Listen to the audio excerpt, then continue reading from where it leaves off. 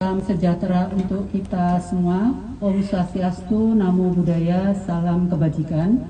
Yang saya hormati dan saya banggakan, rekan-rekan media, pada siang hari ini akan saya sampaikan beberapa hal. Yang pertama adalah terkait dengan gangguan Kamtibmas tanggal 14 Agustus 2022. Secara umum, tren gangguan Kamtibmas mengalami penurunan sebanyak 230 kejadian atau 25,76%, yaitu pada hari Sabtu tanggal 13 Agustus 2022 sebanyak 893 kejadian, sedangkan hari Minggu tanggal 14 Agustus 2022 sebanyak 663 kejadian dengan rincian kejahatan sebanyak 647 kejadian, pelanggaran tindak pidana ringan 1 kejadian, bencana sebanyak 3 kejadian, dan gangguan terhadap ketentraman atau ketertiban sebanyak 12 kejadian.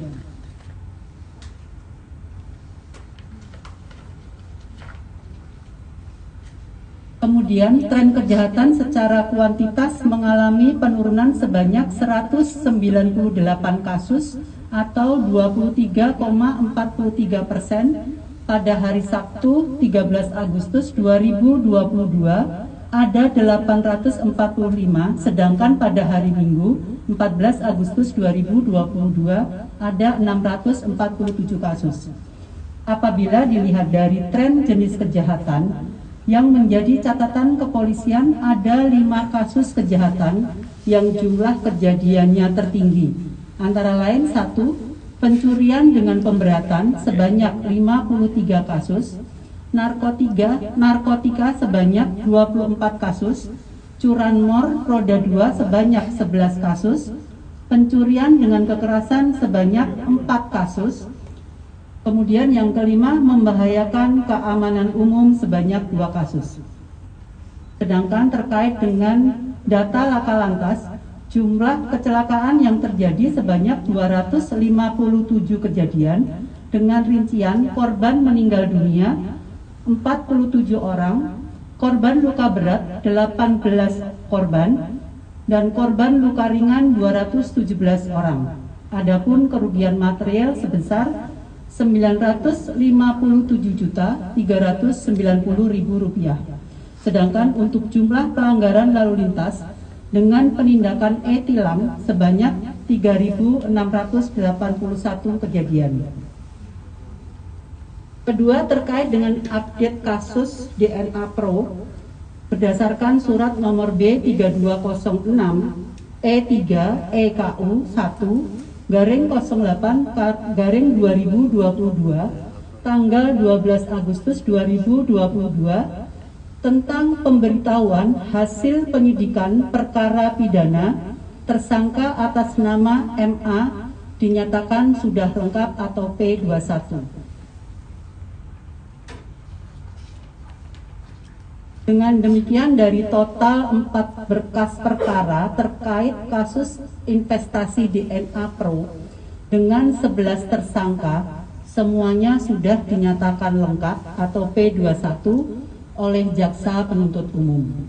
3 berkas perkara telah dilaksanakan tahap 2 untuk pelimpahan tersangka dan barang bukti pada hari Kamis tanggal 28 Juli 2022. Sedangkan untuk 1 berkas perkara atas nama MA, rencananya akan dilaksanakan tahap 2 ke Kejaksaan Agung pada hari Minggu.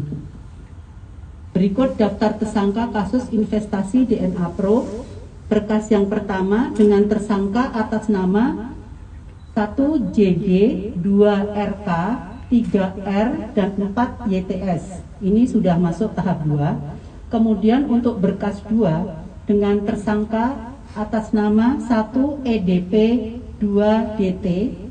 Kemudian untuk berkas yang ketiga dengan tersangka atas nama SR, RS, HAM, dan FYT. Kemudian berkas yang keempat dengan 1 tersangka atas nama MA,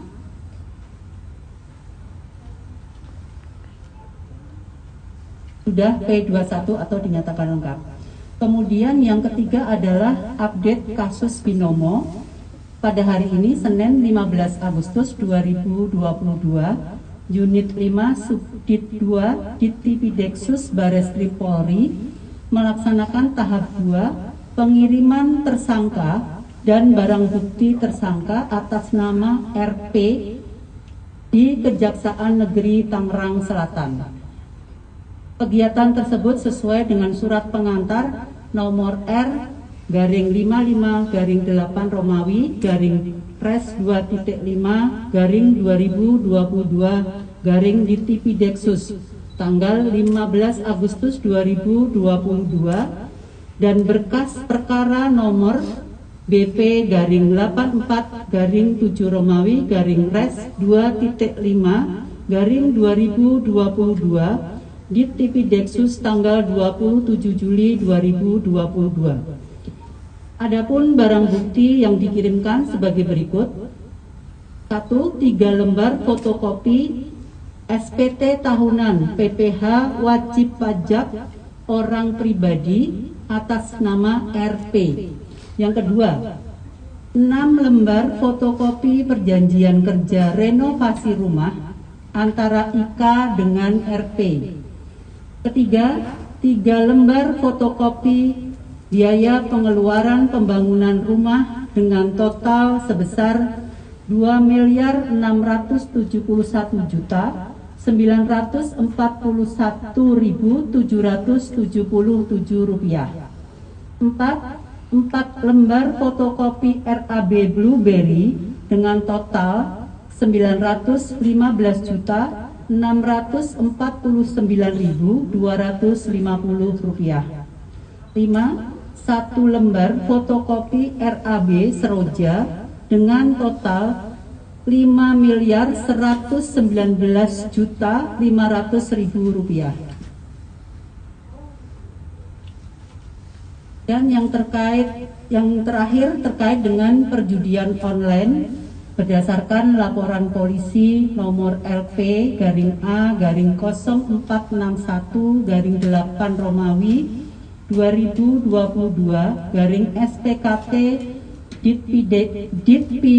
Ditipidsiber atau Bareskrim Polri tanggal 13 Agustus 2022 dan surat perintah penyidikan nomor SP Sidik 207 8 Romawi 2022 Ditipidsiber tanggal 13 Agustus 2022.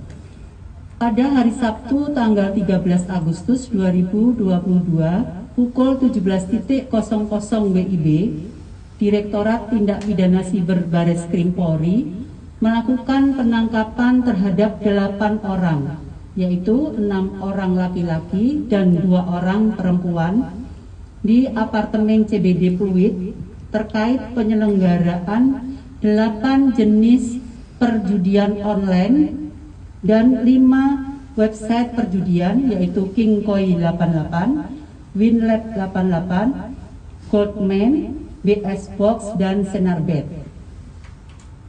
Berikut daftar tersangka yang diamankan beserta dengan perannya masing-masing. Yang pertama, MAA usia 20 tahun dan SF usia 19 tahun sebagai marketing pada situs judi online. Yang kedua, K usia 19, KN usia 22, R usia 19, MO usia 22, SAR usia 19, dan FFD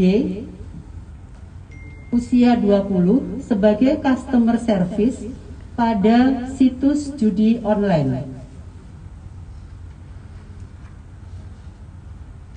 Adapun barang bukti yang diamankan meliputi 29 buah handphone, 8 buku rekening tabungan, 10 buah ATM, 29 CPU, 3 buah router, 4 buah dus berisi SIM card, 1 buah laptop, dan 7 buah identitas berupa KTP. Terhadap 8 tersangka saat ini telah dilakukan penahanan di Rutan Bareskrim Polri. Atas perbuatannya, para tersangka disangkakan dengan pasal 1, pasal 45 ayat 2, Yunto pasal 27 ayat 2, Undang-Undang Nomor 19 Tahun 2016 tentang perubahan atas Undang-Undang Nomor 11 Tahun 2008 tentang informasi dan transaksi elektronik dengan ancaman hukuman pidana penjara maksimal 6 tahun dan denda maksimal 1 miliar rupiah. 2. Pasal 303 KUHP dengan ancaman hukuman pidana penjara maksimal 10 tahun atau denda maksimal 25 juta rupiah. 3. Undang-Undang Nomor 3 Tahun 2011 tentang tindak pidana transfer dana. 1. Pasal 82 pidana penjara maksimal 4 tahun dan denda maksimal 1 miliar rupiah. Kedua, pasal 85 pidana penjara maksimal 5 tahun atau denda maksimal 5 miliar rupiah. Yang keempat, Undang-Undang Nomor 8 Tahun 2010 tentang pencegahan dan pemberantasan tindak pidana pencucian uang. Yang pertama, pasal 3 pidana penjara maksimal 20 tahun dan denda maksimal 10 miliar rupiah. Pasal 4 pidana penjara maksimal 20 tahun dan denda maksimal 5 miliar rupiah. Pasal 5 pidana penjara maksimal 5 tahun dan denda maksimal 1 miliar rupiah. Terakhir, pasal 10 pidana dengan pidana yang sama dipidana dengan pidana yang sama sebagaimana dimaksud dengan pasal 3, pasal 4 dan pasal 5. Demikian rekan-rekan media konferensi pada siang hari ini. Terima kasih. Billahi taufik wal hidayah. Wassalamualaikum warahmatullahi wabarakatuh.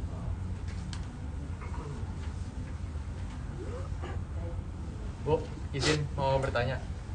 Perkembangan dari kasusnya istri Ferry Mursidan itu seperti apa, Bu ya? Soalnya ada upaya damai yang dikatakan berita kemarin gitu. Nanti kita akan sampaikan update-nya. Jadi dari Barreskrim sendiri belum ada tindak lanjut dari upaya damai dari kedua pihak. Dan nanti setelah ada informasi yang sudah dikonfirmasi,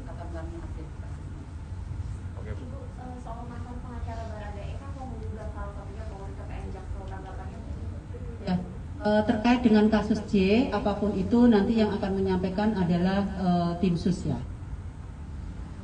Mungkin itu saja rekan-rekan. Terima kasih. Selamat siang.